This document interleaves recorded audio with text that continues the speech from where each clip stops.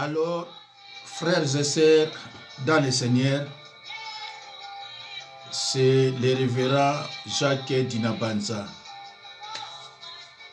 Et juste pour prêcher la bonne nouvelle de l'évangile. Et cette bonne nouvelle de l'évangile est intitulée « Je pars, mais je vous laisse la paix. Que votre cœur ne se trouble point. » Frères et sœurs en Christ, la paix du cœur se définit généralement comme l'absence de stress et d'anxiété. La paix du cœur se définit généralement comme l'absence de stress et d'anxiété. Prenons nos Bibles et ouvrez-les avec humilité et pourquoi pas avec joie. Nous allons lire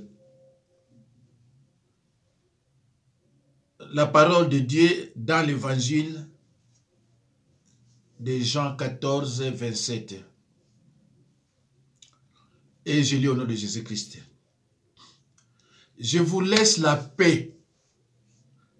Jésus-Christ qui disait à ses disciples, je vous laisse la paix, je vous donne ma paix. Je ne vous donne pas comme le monde donne. Que votre cœur ne se trouble point et ne s'alarme point. Mes chers frères et sœurs, je vous laisse la paix. Jésus parle de quelle paix? La paix spirituelle. Tranquille, avec sérénité, état de l'âme qui n'est pas troublé par aucun conflit. Je vous laisse la paix, je vous donne ma paix, je ne vous donne pas comme le monde donne. Que votre cœur ne se trouble point et ne s'alarme point. Frères et sœurs en Christ, généralement, une personne sur le point de mourir consigne ses dernières volontés par écrit dans un testament dans lequel elle stipule laisser ses biens à ses proches. Mes chers frères et sœurs dans le Seigneur, généralement, une personne sur le point de mourir consigne ses dernières volontés par écrit dans un testament dans lequel elle stipule laisser ses biens à ses proches. Ici, le Seigneur Jésus agit de même. Toutefois, il ne légua pas de biens matériels, mais quelque chose que l'argent ne peut acheter. La paix intérieure de la conscience issue du pardon des péchés et de la réconciliation avec Dieu.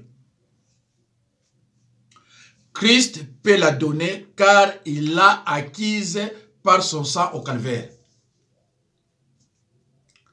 Il ne la donne pas comme le monde. Il ne la donne pas comme le monde donne avec parcimonie et égoïsme et pour paix de temps. Ce don de la paix est éternel pour ses enfants. Pour nous qui sommes des croyants nés de nouveau. Alors, pourquoi alors les chrétiens se laisseraient-ils troubler ou alarmer? Parce que Jésus-Christ a été clair. Je vous laisse la paix. Je vous donne ma paix. Pas comme le monde donne. Que votre cœur ne se trouble point. Mes chers frères et sœurs dans le Seigneur, quand Jésus était sur la terre, il fut haï et persécuté. Les hommes blasphémèrent, l'injurièrent et lui crachèrent à la figure. Et il endura de terribles affronts de la part de ses créatures. Malgré toutes ses souffrances, il dit, je vous laisse la paix. Je vous donne ma paix. Je vous donne, pas comme le monde donne, que votre cœur ne se trouble point et ne s'alarme point. Frères et sœurs en Christ, parfois la vie nous chamboule. Vous pouvez vous faire des soucis pour votre famille. Vous pouvez vous faire des soucis pour votre famille, pour votre santé, votre scolarité ou n'importe quel événement troublant dans le monde aujourd'hui. Comment trouver la paix dans ce monde chaotique? Un monde de combat et un monde d'observation. Que votre manque de paix vienne d'événements que vous ne contrôlez pas ou des choses que vous pouvez influencer et changer. Mes chers frères et sœurs dans le Seigneur, pour des personnes qui n'ont pas la paix, pour des personnes qui n'ont pas la paix du cœur, souvent ils sont stressés, agités, imprévisibles. Il a tout le temps des croyances négatives. Elles ont tout le temps des croyances négatives. Comment peut-elle avoir la paix du cœur quand vous êtes souvent stressé, vous avez des croyances négatives tout le temps, vous êtes imprévisible, vous êtes tout le temps agité? C'est difficile d'avoir, n'est-ce pas, la paix du cœur. Et je tiens à vous dire que les sorciers et les satanistes n'ont pas la paix du cœur. La paix que Jésus-Christ donne ou donnait à ses disciples, c'était la paix spirituelle. Réservée à ceux qui sont dans le royaume de Dieu. Parce que dans le monde spirituel, nous avons des royaumes. Le royaume de Dieu, là où il y a l'amour, il y a le Saint-Esprit, il y a la joie. Et le royaume de l'ennemi, là où il n'y a pas l'amour, pas d'amour, pas de joie, pas de Saint-Esprit. Alors, chez eux, ils n'ont pas la paix du cœur. Alors, pour nos frères et sœurs en Christ qui n'ont pas la vraie paix, voici quelques idées pour vous aider à trouver la paix grâce à Jésus-Christ. D'abord, concentrez-vous sur ce qui est éternel. Il est difficile de trouver la paix quand on se concentre uniquement sur les soucis à court terme. Dans l'église, assemblée ou ministère, vous ressentirez une paix que vous ne trouverez nulle part ailleurs. Si vous voulez avoir la paix du cœur, la paix laissée par notre Dieu, il faut aller à l'église, il faut aller dans votre ministère, suivre les enseignements, il faut aller dans vos assemblées. C'est pour cela qu'il est écrit dans Hébreux 10, 20. N'abandonnons pas notre assemblée comme c'est la coutume de quelques-uns. La Bible est claire. Pour chercher la face de Dieu, il faut aller à l'église ou dans des assemblées ou alors dans des ministères. On ne cherche pas la face de Dieu à la maison. Il faut vous mettre debout et partez à l'église. C'est là où vous aurez la paix promise par notre Seigneur Jésus-Christ.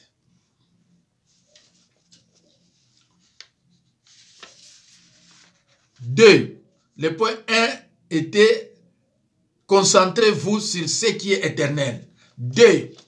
Lâchez prise sur ce que vous ne contrôlez pas. Lâchez prise sur ce que vous ne contrôlez pas.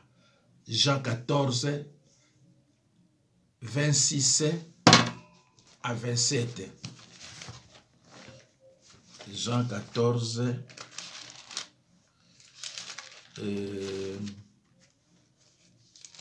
26 à 27, on va lire ça.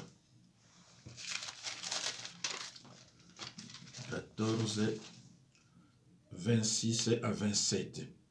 Mais le consolateur, l'Esprit Saint, que le Père enverra à mon nom, vous enseignera toutes ces choses et vous rappellera tout ce que je vous ai dit. Je vous laisse la paix. Je vous donne ma paix. Je ne vous donne pas comme le monde donne. Que votre cœur ne se trouble point et ne s'alarme point. Alors, mes chers frères et sœurs dans le Seigneur, le point 3, il faut pardonner, il faut impérativement pardonner. Le point 3, il faut impérativement pardonner. Et pardonner quel que soit le degré de la faute. Et lorsque vous pardonnez, ne rappelez plus les fautes. Nous allons lire dans Matthieu 6, 14. J'ai lu au nom de Jésus-Christ. Si vous pardonnez aux hommes leurs offenses, votre Père céleste vous pardonnera aussi. Mais si vous ne pardonnez pas, vous restez rancunier. Et il y a une porte d'entrée qui sera largement ouverte. 4. Repentez-vous et faites confiance en Jésus-Christ. 2 Chroniques 7, 14. Repentez-vous et faites confiance en Jésus-Christ. 2 Chroniques 7, 14. Acte chapitre 3, verset 19. 2 Chroniques 7, 14. Acte 3, 19. Même si tout le reste va bien dans votre vie, le fardeau du péché vous privera toujours de la paix. Mes chers frères et sœurs dans le Seigneur, même si tout le reste va bien dans votre vie, mais n'oubliez pas, le pardon du péché, le fardeau du péché vous privera toujours de la paix. Vous serez privé de la paix. Parce que le péché n'est pas confessé. Il n'y a pas repentance. Le péché est là. Donc vous ne pouvez pas avoir la paix. Ceux qui ont la paix en Christ, ceux qui n'ont pas de conflit. Ceux qui n'ont pas de conflit, ce sont eux qui ont la paix en Christ. Ils ont obtenu ce que Jésus-Christ a dit, je vous laisse la paix. et je vous donne ma paix. Que toute amertume, toute animosité, toute colère, toute clameur, toute calomnie et toute espèce de méchanceté disparaissent du milieu de vous. C'est très important ce verset pour les enfants de Dieu qui ont des problèmes, qui ont des conflits, qui sont des conflictuels, des rancuniers. Tout ça, la Bible dit que toute amertume, toute animosité, toute colère, toute clameur, toute calomnie et toute espèce de méchanceté disparaissent du milieu de vous. Avoir des croyances négatives tout le temps, c'est une méchanceté. Ephésiens 4, 31. Ephésiens 4, 31. Évitez surtout des conflits, par exemple les rancunes. Mes chers frères et sœurs dans le Seigneur, évitez surtout des conflits, par exemple les rancunes. Ephésiens 4, 27, ne donnez pas l'accès au diable. Le diable est un ennemi qui rôde comme un lion à la recherche d'une proie. Ne donnez surtout pas l'accès au diable. Paul nous exhorte dans Ephésiens 4, 27, il dit, ne donnez pas l'accès au diable. Le diable, c'est un ennemi. Un ennemi qui rôde 24 heures sur 24 heures à la recherche d'une proie. Alors faites très attention. Ne soyez pas la proie de l'ennemi. L'ennemi n'a pas pitié. Le Seigneur Jésus a dit, celui qui écoute la parole de Dieu et qui ne la met pas en pratique sera semblable, ressemblera à un fou qui a bâti sa maison sur le sable. Celui qui écoute la parole de Dieu et qui ne veut pas la mettre en pratique, refuse de la mettre en pratique, sera semblable à un homme fou qui a bâti sa maison sur les sables. Et imaginez la suite, mes chers frères et sœurs dans le Seigneur. Imagine la suite en cas de pluie, en cas de vent impétueux, en cas de torrent. Cette maison ne résistera pas. Pourquoi? Parce qu'elle a été bâtie sur le sable. Un chrétien doit bâtir sa maison sur les rocs et non sur le sable. Donc celui qui écoute la parole de Dieu et qui ne la met pas en pratique ressemblera à un homme fou. La Bible est claire. À un homme fou qui a bâti sa maison sur le sable. Mes chers frères et sœurs dans le Seigneur, parfois les personnes qui ont les problèmes ont besoin d'exprimer ouvertement leurs pensées à leurs sentiments, au lieu de les garder pour elles. Parfois, les personnes qui ont les problèmes ont besoin d'exprimer ouvertement leurs pensées et leurs sentiments au lieu de les garder pour elles. Mais nous n'avons pas besoin de les résoudre pour elles. Nous pouvons simplement les écouter et les soutenir en leur montrant amour et compréhension à la manière du Christ. Mes chers frères et sœurs, à celui qui est ferme dans ses sentiments, tu assures la paix. La paix, parce qu'il se confie en toi.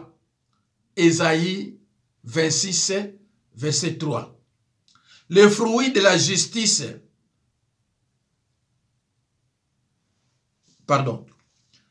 et et que la paix de Christ à laquelle vous avez été appelés pour former un seul corps règne dans vos cœurs. Et soyez reconnaissants. Colossiens 3, 15. À celui, non, le fruit de la justice est semé dans la paix par ceux qui recherchent la paix. La Bible nous enseigne que le fruit de la justice est semé dans la paix par ceux qui recherchent la paix. Jacques 3, 18.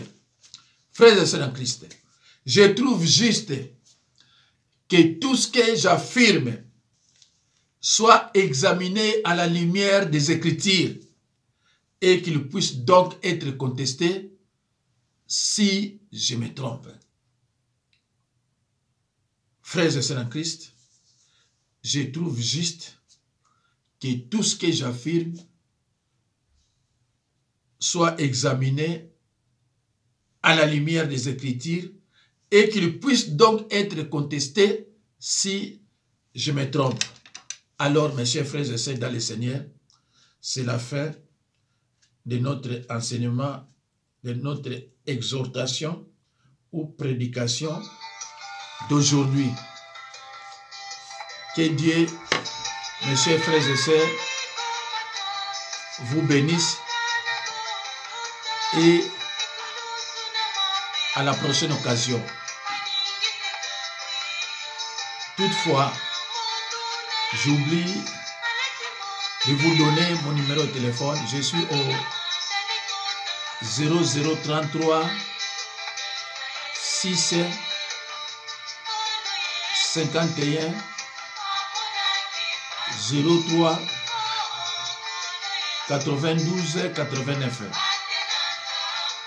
06 51 03 92 89. Que Dieu vous bénisse. Au revoir, mes chers frères et sœurs. Suivez cet enseignement attentivement et surtout de la mettre en pratique. Parce que Jésus-Christ a dit, ceux qui sont mes frères et sœurs, ce sont ceux qui écoutent la parole de Dieu et qui la mettent en pratique. Un chrétien qui écoute la parole de Dieu et qui ne la met pas en pratique ressemblera à un homme fou qui a bâti, n'est-ce pas, sa maison sur le sable. Merci beaucoup et au revoir.